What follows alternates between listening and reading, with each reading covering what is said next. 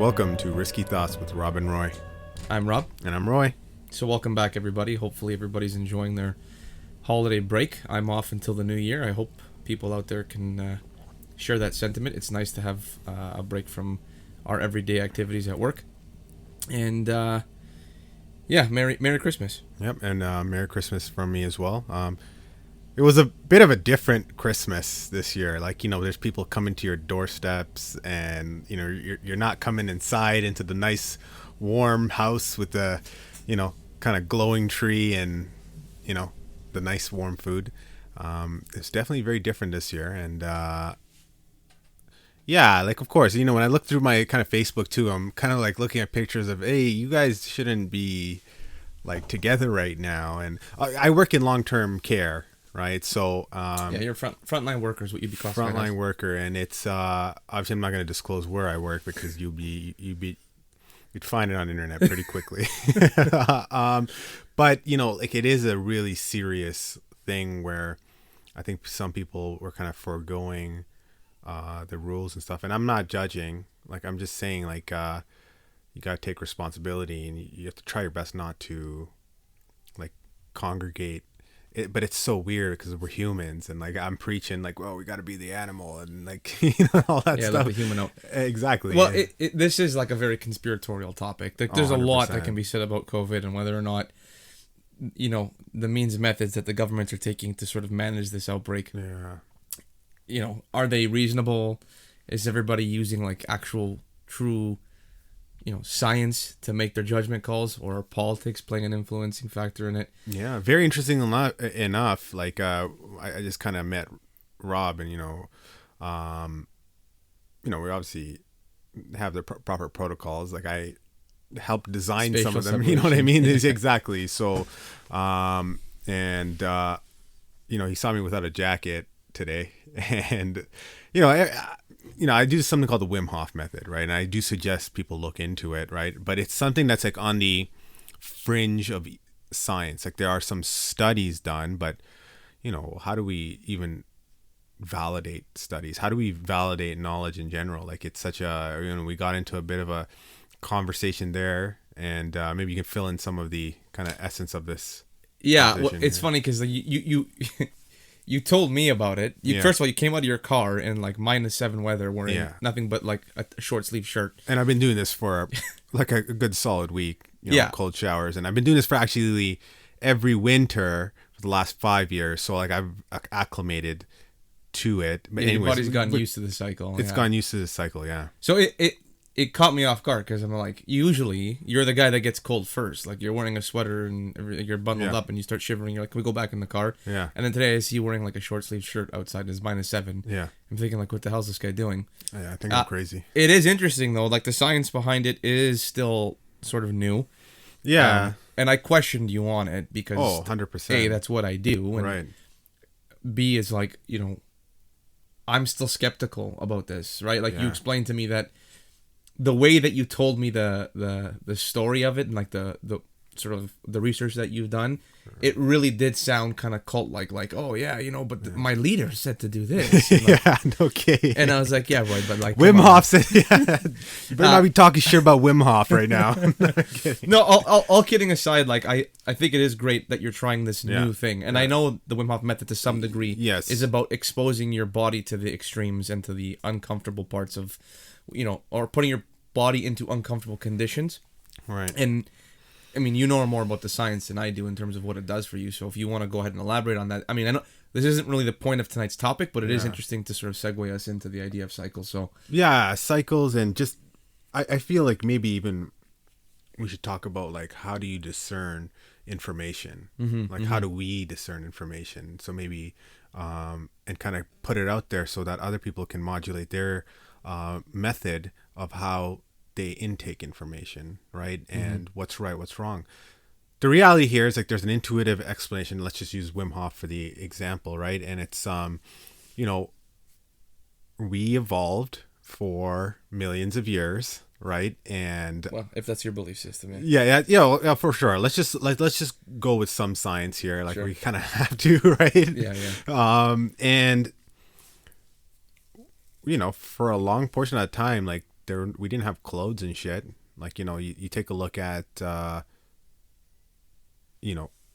animals, for example. I'm always preaching like you gotta be an animal. By the way, guys, like I'm talking about, like, I'm not saying be a literal animal, okay? Like, I'm just saying we are animals, right? So we have to have compassion for ourselves and that animal part of ourselves that does these things that are kind of chaotic and random and weird. You always say, right, be mindful. Be mindful of the fact of that. Like, we're not just like this higher human and we're living in technologies. No, we're still animals. We're just animals. Yeah. Right. And so too are those animals not wearing any clothes, right? So this kind of, the Wim Hof is an idea where we submit ourselves to like harsh environments so that we gain some sort of endurance. That's essentially the extent of it here. Now, there's some science out there saying that, they injected a couple of people, like a study's worth of people with an endotoxin. An endotoxin is like bits and pieces of a virus,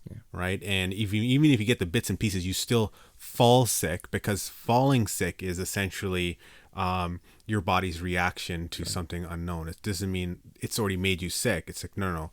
Your body has to heat up and start to like increase the temperature, whatever those mechanisms that help you fend off viruses and such, right? So, and it's like a breathing technique, and it's a compilation of like kind of different like practices that you do preemptively before you go out into the cold. And there's logic, because he ran like a marathon. I believe it was somewhere in Africa, and super high heat and low altitudes, right? And he also did the ice bath. Like, he submerged himself in ice for, I think it was like 15 minutes or something like that. Like, we're talking sub-zero temperatures, and he was able to survive those things, right? So people thought he was like a miracle, like Superman, some type of like human with like genetic code that's different from all of ours. But then he started teaching people, and then people started going out and doing skinny dipping. And in these Nordic countries, like, definitely there's a culture of these, either a sauna or extreme kind of cold, right? Mm-hmm. And then leveraging it back to the Joe Rogan, the Michaela Petersons, they had him on, and they're looking at it and they're talking, and they're furthering this kind of belief into this system. But the reality here is that we don't know if it's right or wrong. Yeah. Right? We don't know if this information is right or wrong. We kind of just have to take a leap of faith. And that's a good kind of segue into trying to determine where you guys and where us are taking these leaps of faith. Where do you get, what's your source? What is your source at all times, right? Like, what is your source? I think the source is very critical, but I think it's still not the principal idea here. It's like, what's your method? Yeah. How do you critically analyze the information that you are digesting? Yeah. Right? Like, what is the mechanism that you use to digest that information? Yeah. So just to take a quick step back very quickly, just to give some kudos to Michaela Peterson, who did a great interview with him. For anyone who's interested in the Wim Hof method and what it is all about, watch the interview with Michaela Peterson, because they do a magnificent job of explaining his process and sort of unpacking the logic behind why he started doing it, how he got through it, and like, what they consider to be like miraculous feats that he was accomplishing, and sort of his take on it. There's definitely like a spirituality to his whole description. Yeah, so take it with a grain of salt. Like, I mean, you don't have to necessarily listen and believe in everything that he says. Yeah. But like I said, it's a good place to get sort of an understanding of what this is all about. The reality is that this human swims in the Arctic. Yeah. You know what I mean? So like, and that was a very seductive idea for myself, who's always trying to like seek more discomfort in his life, right? And but anyways, getting back to this idea, it's just, for me particularly, just to kind of diffuse any kind of notions that I'm like a crazy man, right?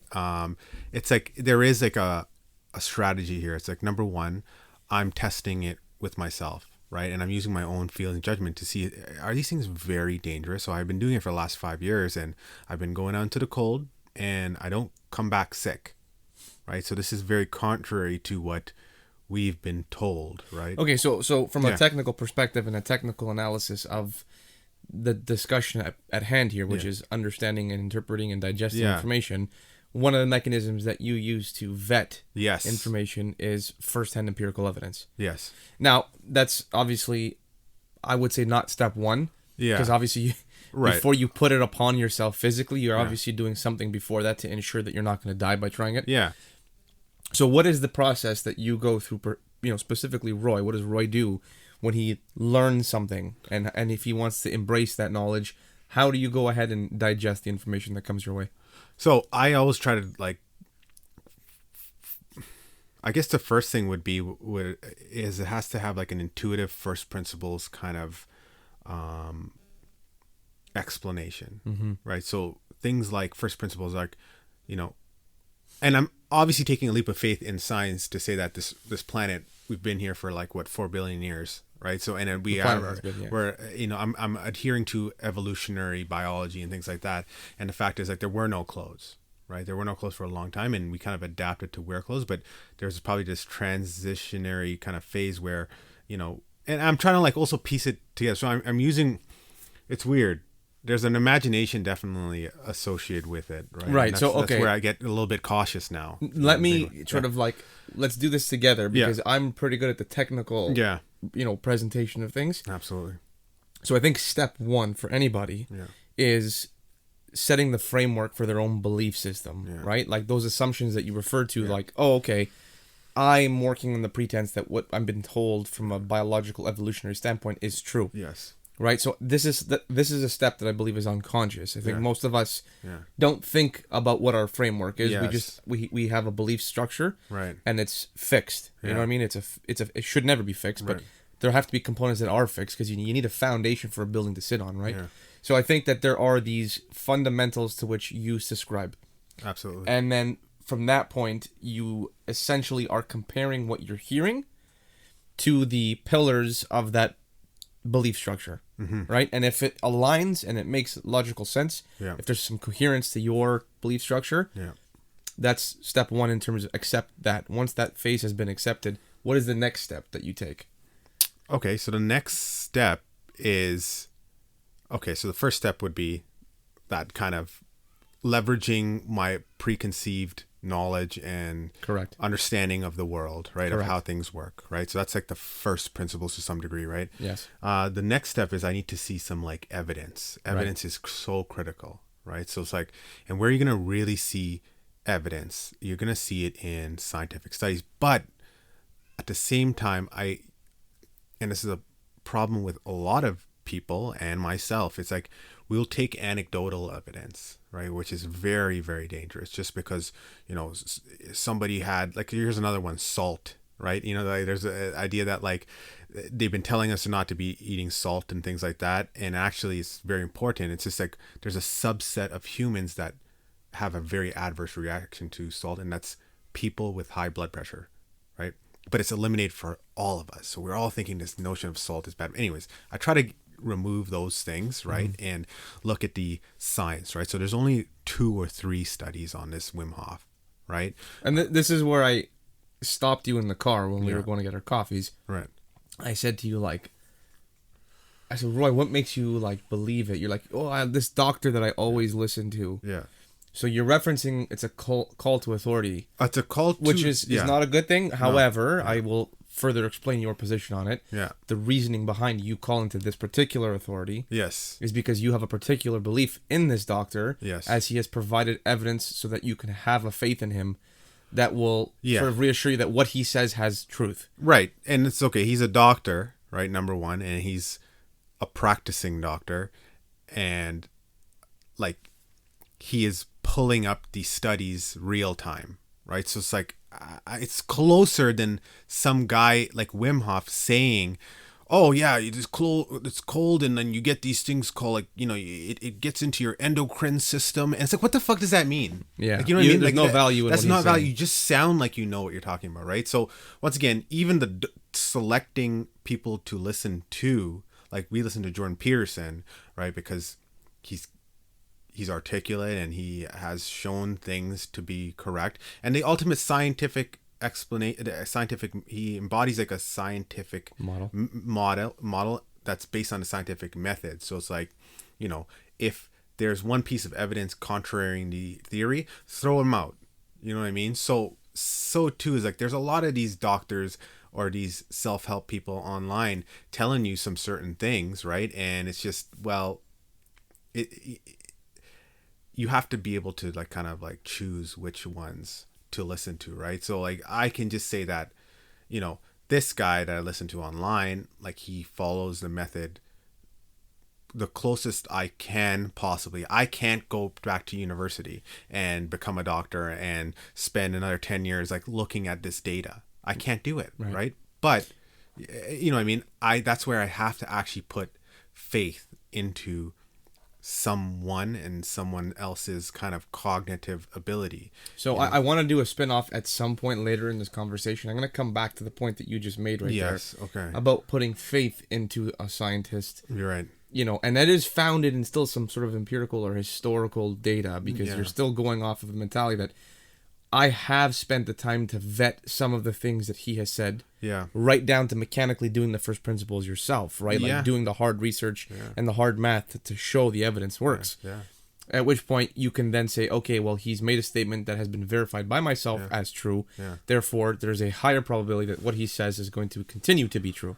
Right. And that's okay. That's a good method, right? Because you're right. You don't have time. If you had to try to verify everything you ever heard from anybody, from any source, you'd have to sit there. You'd be there forever. You would die an old man never learning anything, because you'd spend so much time trying to verify it all. Yeah.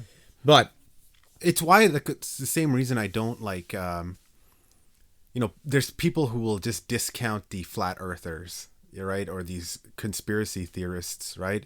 And the problem with that is that the people trying to just go against these views and these arguments and these kind of perspectives, they're doing it, in my opinion, in the wrong way. Like, you know what I mean? It's just like, if I ask anyone right now, like, prove to me the Earth's round. Like, seriously, like, show me the calculation.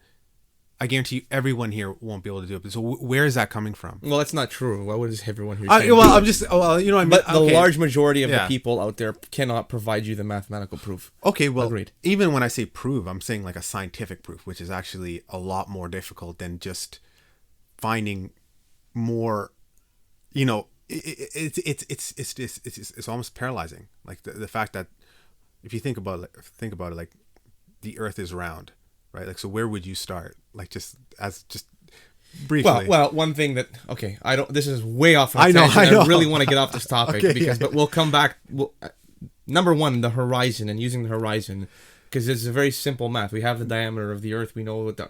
Anyways, I really don't want to go down this road. Yeah, right. But do you see what I mean? Like, I'm not so much. I want you to prove it. It's just that, like, the fact that even you're like, this is going to take like a long time. Well, it wouldn't take a long time, but it's just not the essence of our conversation. Fair. So, but I understand what you're getting at is like, yes, at the end of the day, we all use this idea to see. This is a good point where I want to just kind of take a couple steps back here. What you said next was that when I sort of made the reference to call to authority, etc. Right.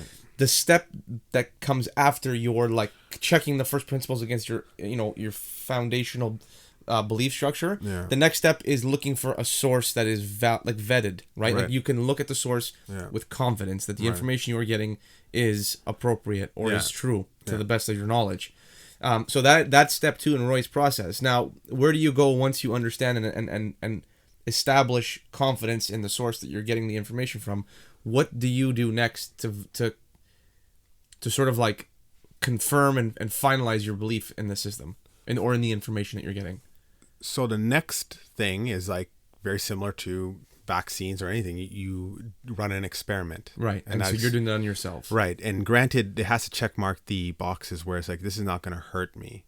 Right. And it could be psychologically hurt me or even physically hurt me. Right. So amongst these sources, like they're like, okay, this thing is okay. You can do it. Right. Mm-hmm. Go into the cold. You fall sick. Don't do it anymore.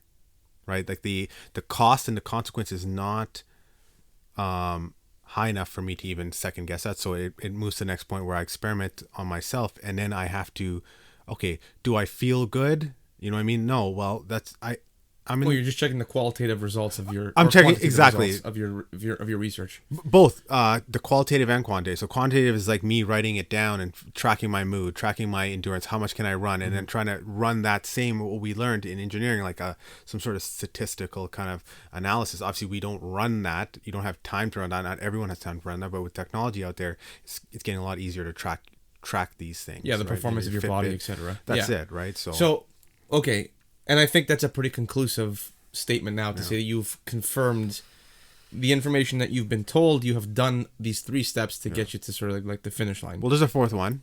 Okay, so let's hear the 4th one. So the fourth one is going back and trying your hardest to find out if you're wrong or not.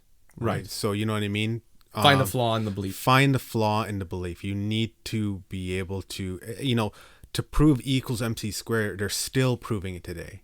Like we saw the mathematical, like kind of derivation Einstein did, but even till this day, we're trying to do things like neutrinos, right? We're building big things to see if this neutrino portion of his theory was right. So, you never find out if you're right or wrong, right? You're actually something so solid that a lot of the technology and weapons and everything of our understanding of the universe, like the E equals MC squared, is still we're still trying to see if it's wrong. We want there scientific is method. There is an actual procedure for this, and there is a point in time where science and the scientific community do draw a line, saying you've reached a threshold now where we've tried enough to prove it wrong that we couldn't, and we're so far out from the center of the chart of this, like basically, if we do prove it wrong at this point, it is going to fall under the very small percentage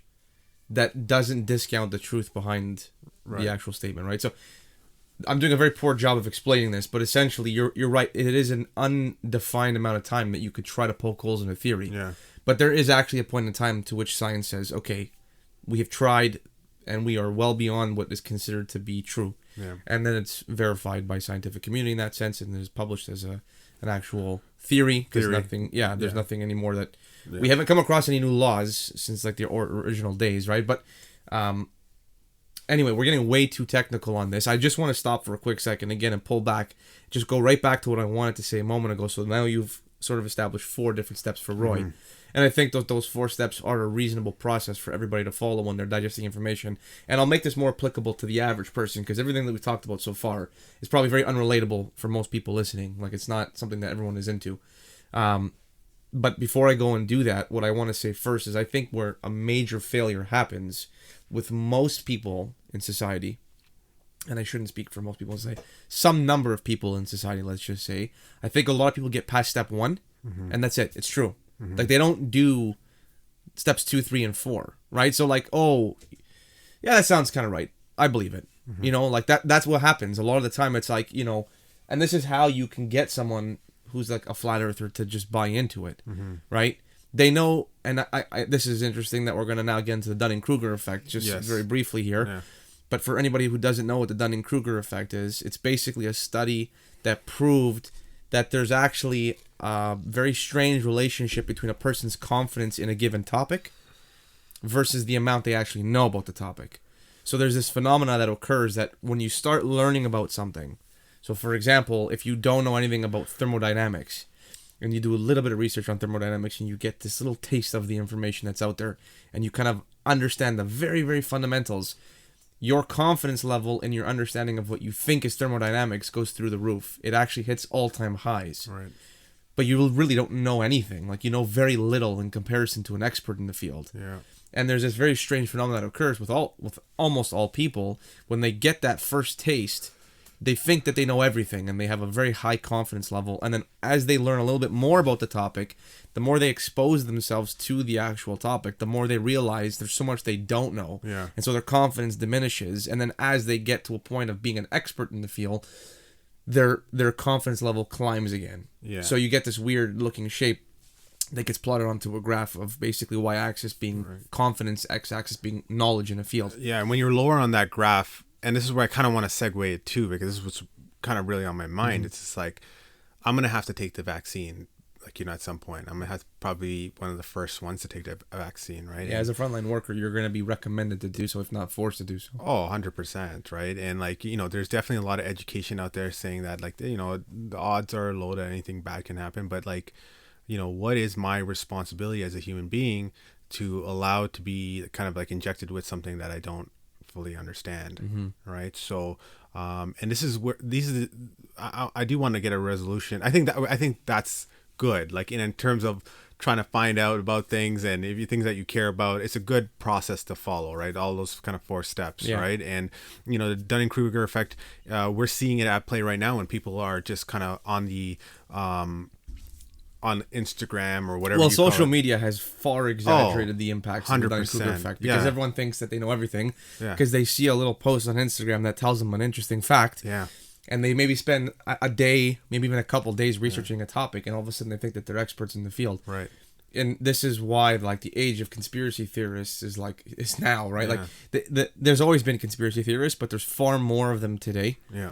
And they think that they know everything there is to know. They are literally a perfect example of Dunning-Kruger effect. And the funny thing is, they're not willing to do more research. They're willing to learn just enough so they feel confident.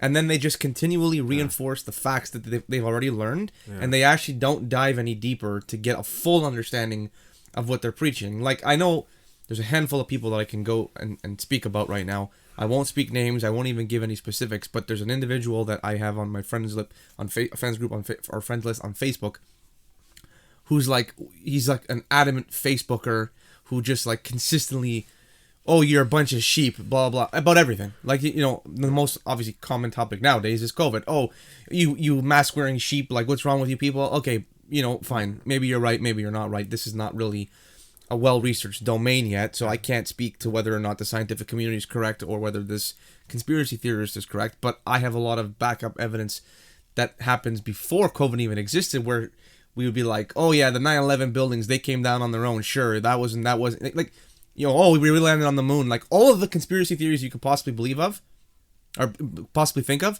this guy believes. He believes it so firmly. And he, like, constantly ridicules people on Facebook who believe the scientific community, right? There's another guy that I know in a more, in a different setting, not through social media, who's, like, recently having an argument with me about how the 9/11 towers, like, World Trade Center building number 7, like, he's just like, no, there's no way it could have collapsed without, like,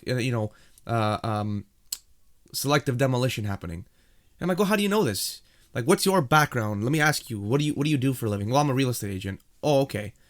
So do you know anything about science? Do you know anything about physics? Do you know have you taken a fundamental math course to at least give me some reasonable explanation as to how you can prove to me that it's impossible that the building collapsed the way that it did?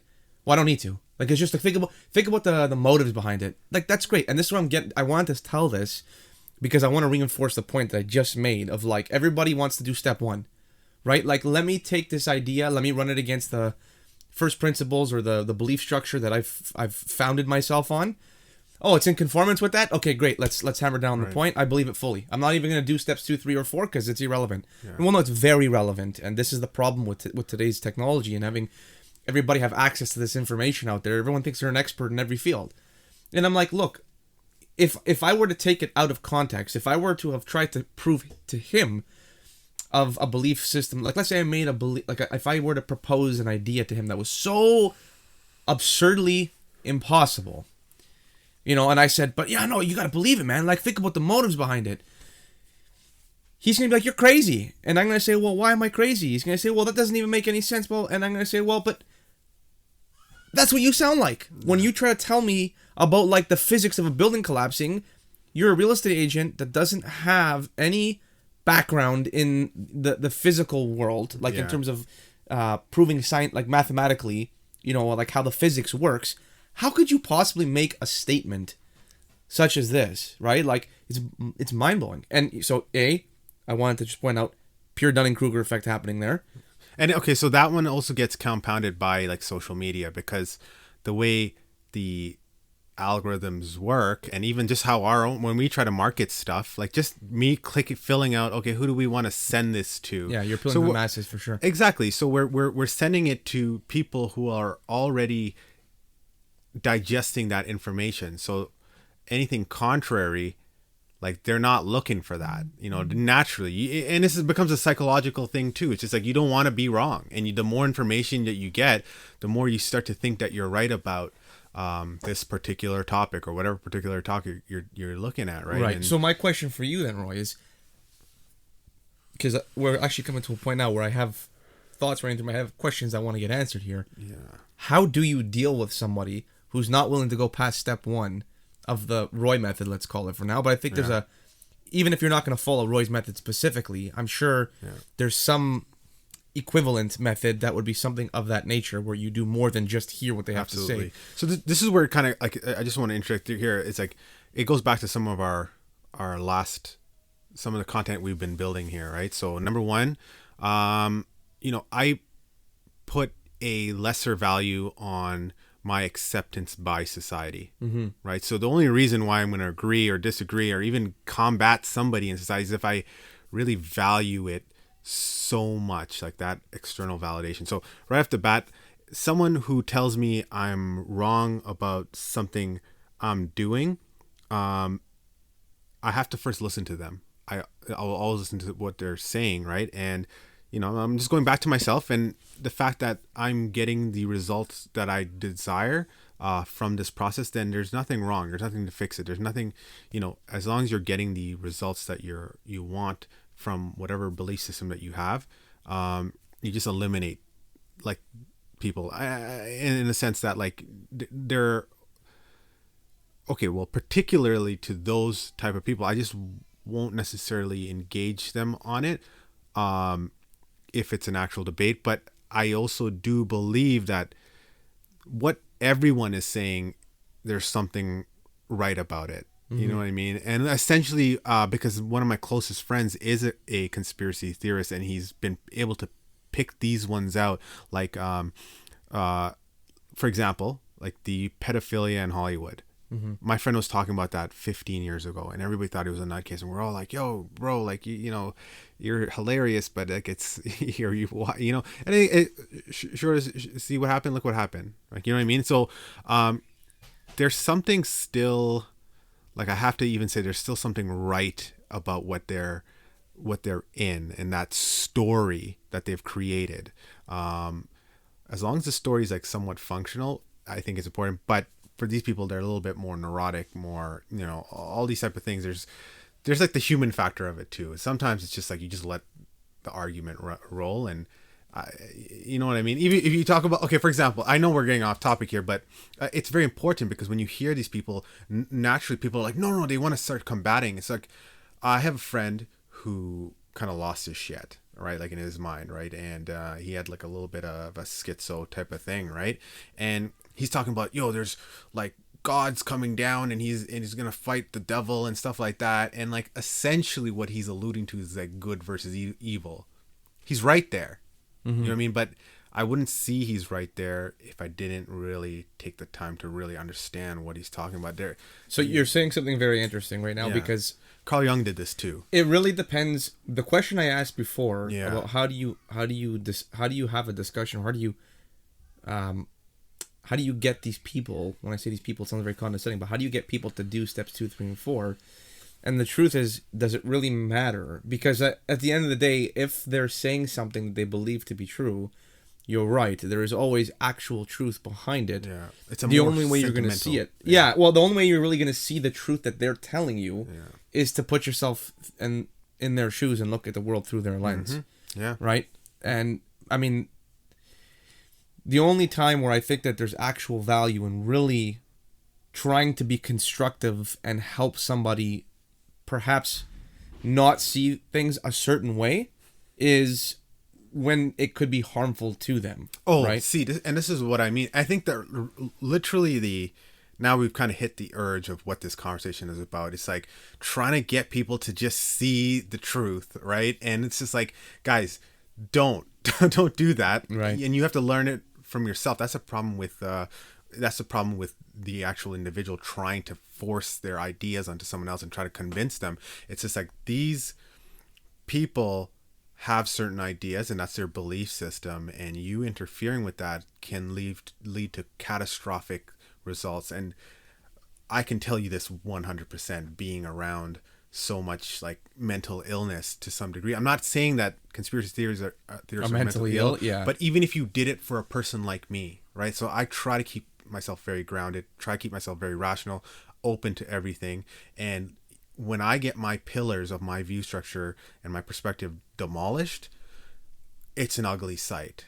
But that's me, and I know myself, and I know I seek that because that's my journey, and that's what I find as an interesting hobby per se. But some of these people rely on these type of things, like telling someone that God doesn't not exist is. I know the fact that there's mentally ill people out there that believe in God, and they're not going to go out there and kill people because of their belief in God. Okay, so do you guys want to? And then let me ask you guys: do you guys want to burst that guy's bubble? Right. Yeah. And look what the consequences. Look could what the be, consequences can be, right? And that's someone who's just not able. So you don't know how someone's able to understand that belief in their view is like that's sacred to them, and that's sacred for me to even, unless if it's like ours, like me and Rob are continually trying to break ourselves and build ourselves up again. That's different. That's why it's so important to find the right people to talk to and stuff like that. So to sort of tie this back to the origin of the conversation, which was, how do you know where to trust information, where it comes from, and etc. Like what does the process look like to digest information that is incoming to you? What I really want to sort of understand, we're kind of running out of time here, so we'll keep it very brief, but when you're being told something through an online source, for example, or you're hearing it through the media, or maybe you're hearing it from a friend, or you're hearing it from a family member, the process really should never change. Doesn't matter what the source of the information is, there should always be some critical thinking that happens to sort of digest the information. Yeah. But in the context to which you just described, right, if you're founding your moral principles on the idea that God exists, for example, if someone comes up to you and says to you God doesn't exist, and you go through the motions of doing this process of step 1, 2, 3, 4, whatever, there is a possibility of becoming unhinged through that process. Yeah, absolutely. So it is dangerous, it is risky to do this. Yeah. But I think if you do this from an early age, from the onset, it's far less risky as you get older, right? Because you're constantly allowing yourself to be dynamic in your belief structure, right? And that gives you sort of some more.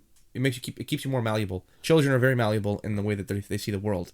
As we get older, we become more fixed in our beliefs, and it becomes more difficult to accept change in the belief structure that you have.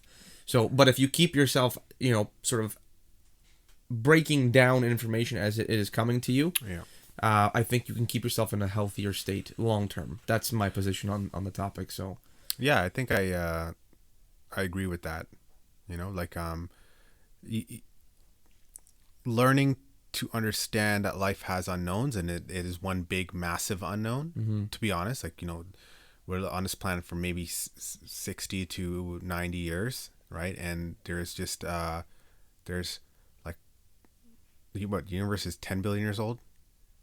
I don't actually know the age of the universe, but it's in that range. I think it's around 10 billion. Right? So it's just that's just a little blip, and there's so much unknown that you really have no clue, that we all really have no clue. So the attitude is okay, go up to someone who's saying crazy stuff or conspiratorial stuff, take it with a grain of salt, and just be open to it to some degree, right? But you still follow your own process. I think one main thing here is that someone's telling you something, it's just well, what do you think? Right now, I get it. It's what do you think, right? And how you think is based on whatever methodology you use to come up with your solution or your position, right? It's ultimately, what do you believe? You know 100%. What I mean? Actually, a lot of these conspiratorial people will always be what do you think? Right? So it's just that's another whole realm, I think, where that's someone seeking external validation of their belief system, because it's been questioned by the public so many times. Yeah.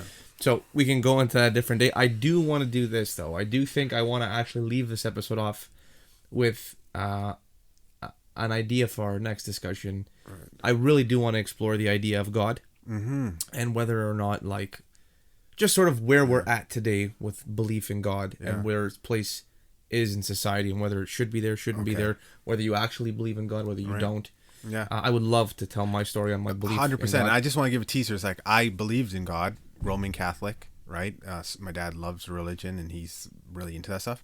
And then, went to school, university, and I stopped believing in God. Yeah. Right? It's so weird because that's the shittiest part of my life for a long time. And then now I believe in God and my life's good again. Weird. I know. I'm maybe trying to We'll leave it there because, we're starting to go a little too deep into it, but 100% because my story is obviously very similar, Roy. Yeah. And yeah, we'll leave it at that. So thanks, everybody, for listening. Please check us out on Instagram at riskythoughts.to. And yeah, tune in for the next episode. Hopefully within the next week we'll have one. We were a little bit late delivering this week, but we'll get back on a routine of having these episodes uploaded on Sundays. All right, you guys take care. Good night. Have a good night and have a happy new year.